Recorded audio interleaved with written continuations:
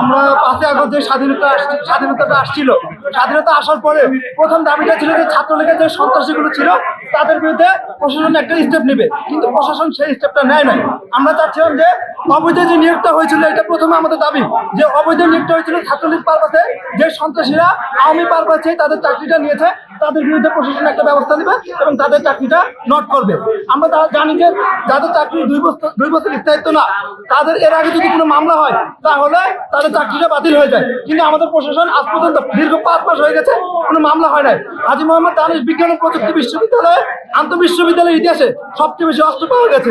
এতগুলো অস্ত্র পাওয়ার পরেও আমাদের বিশ্ববিদ্যালয় প্রশাসন এই প্রতি কোনো রেসপন্সিবিলিটি দেখায় না। 5ই আগস্টের আগে বিশ্ববিদ্যালয় প্রশাসন কোনো রেসপন্সিবিলিটি ছিল না সাধারণ শিক্ষার্থীদের প্রতি, কিন্তু 5ই আগস্টের পরে যখন আমরা ছাত্রলীগের সন্ত্রাসীদেরকে প্রশাসনের হাতে ধরাই দেয় পুলিশের কাছে, তখন বিশ্ববিদ্যালয় প্রশাসন বা বিশ্ববিদ্যালয়ের শিক্ষকরা ছাত্রলীগকে প্রোটেক্ট দিতে চলে আসে। আমাদের প্রশ্ন যে তারা কিসের জন্য 5ই আগস্টের আগে তাদের রেসপন্সিবিলিটি ছিল না? এতগুলো অস্ত্র পাওয়ার পরও দীর্ঘ 5 মাস হয়ে গেল বিশ্ববিদ্যালয় প্রশাসন মামলা করে নাই।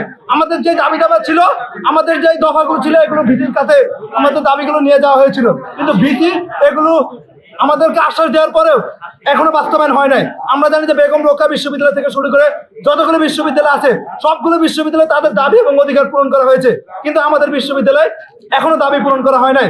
আমাদের বিশ্ববিদ্যালয় অবাধে ছাত্রলীগরা এখনই ঘুরে বেড়াচ্ছে এবং হলগুলোতে তারা থাকতেছে। আমাদের প্রশাসন এর ভিতরে কোনো রেসপন্সিবিলিটি দেখায় নাই। আমরা চাই যে তারা যদি এর বিরুদ্ধে না যায় তাহলে আমরা কঠোরভাবে প্রতিহত করব। আমরা জানি যে গালি একটা প্রতিবাদের ভাষা, সভ্যভাবে প্রতিবাদ করার পরেও যদি মানুষ বা প্রশাসনের শাসকের কানে যখন প্রতিবাদের ভাষাটা ঢুকে না, তখন আমরা এর প্রতিবাদটা তীব্রভাবে নিয়ে যাব। আমরা চাই যে আমাদের যে দাবিগুলো আছে সেই দাবিগুলো 72 ঘন্টার মধ্যে ভিসি স্যারের কাছে দেওয়া হয়েছে। প্রক্টর স্যার এবং অ্যাডভাইজার আসছিল, তিনি আমাদের কথাগুলো শুনছেন এবং আমাদেরকে আশ্বাস দিয়ে গেছেন আমরা আর আধা ঘন্টার মতো অপেক্ষা করব এবং তিনি আমাদের সামনে এসে তার যেগুলো আছে সেগুলো আমাদের সিদ্ধান্তগুলো আমাদের সামনে পেশ করবেন। তারপরে আমরা এই সিদ্ধান্তের উপর ভিত্তি করে আমরা আন্দোলন করব কি করবো না সেটা সিদ্ধান্তের উপরে আসবে। যদি আমাদের দাবি দেওয়া মানা না হয় আমরা 1টা থেকে 1টা পর্যন্ত ওয়েট করব।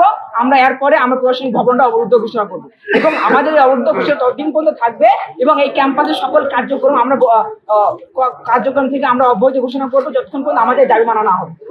আমাদের এই দাবিগুলো বিশ্ববিদ্যালয়ের সার্বিক মান উন্নয়নের লক্ষ্যেই সম্পৃক্ত। আমরা যত দ্রুত সম্ভব এই দাবিগুলো সমাধান করে বিশ্ববিদ্যালয়কে অত্যন্ত একটি কাঙ্ক্ষিত লক্ষ্যে নিয়ে